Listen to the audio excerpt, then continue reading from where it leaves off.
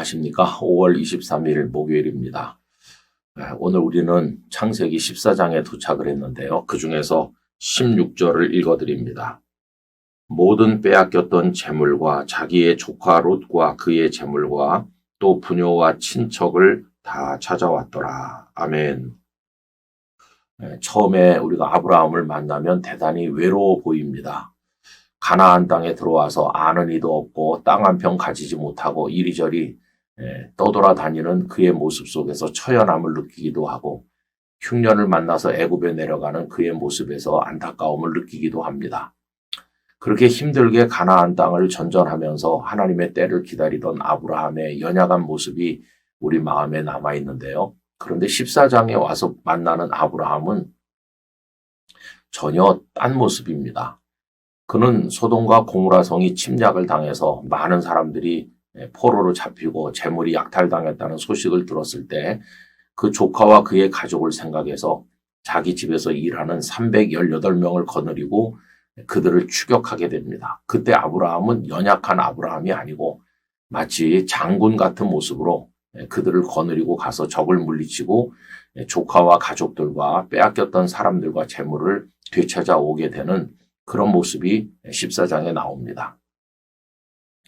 여러분, 여기서 우리들은 여러 가지를 생각할 수 있는데, 첫째는 소돔성 사람들이 어차피 나중에 유황불로 멸망하지 않았습니까? 그러면 여기서 굳이 소돔성 사람들을 구출할 필요가 있었겠나 하는 생각을 하게 되죠. 근데 아브라함을 통해서 빼앗긴 사람들을 되찾아오게 하신 것은 소돔성을 향한 하나님의 마지막 자비였고 기다리시는 마음이 드러나고 있다고 생각합니다. 그게 첫째고, 두 번째로는 믿음의 족장이 어떻게 역할을 해야 되나 하는 것을 알려줍니다. 만약에 아브라함이 가서 조카와 그의 가족들만 구출해 왔다면 어떻게 됐을까요? 여러분, 믿음의 여부는 천국문을 통과하는데 결정적으로 우리의 구원의 조건이 됩니다만은 이 땅에 사는 동안에는 믿지 않는 사람들에 대해서 거리를 둘 필요가 없습니다. 사랑을 베풀 때 믿는 사람에게만 베풀어서는 안 되는 거죠. 믿지 않는 사람을 다 끌어안아야 됩니다. 홍수가 나서 우리가 의연금품을 모은다면 믿는 사람에게만 전달하나요? 그렇지 않아요.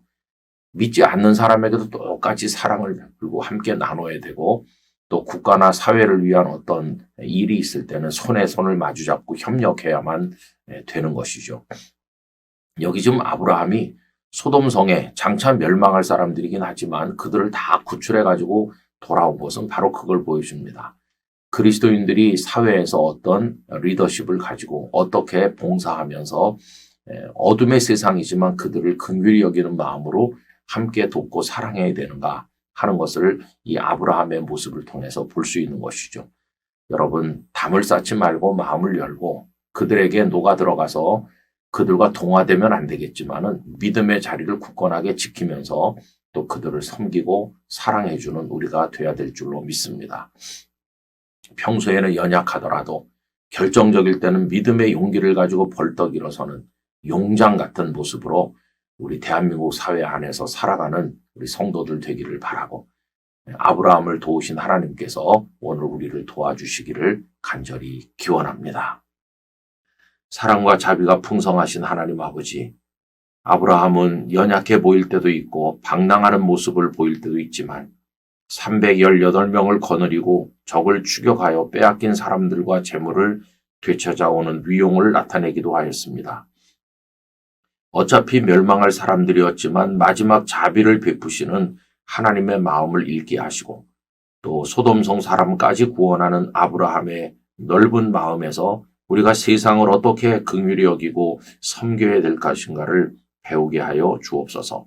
그런 마음으로 오늘도 우리에게 주어진 삶의 터전에서 하나님의 뜻을 이루어가는 저희들이 되기를 원하옵고 예수님 이름으로 기도하옵나이다. 아멘.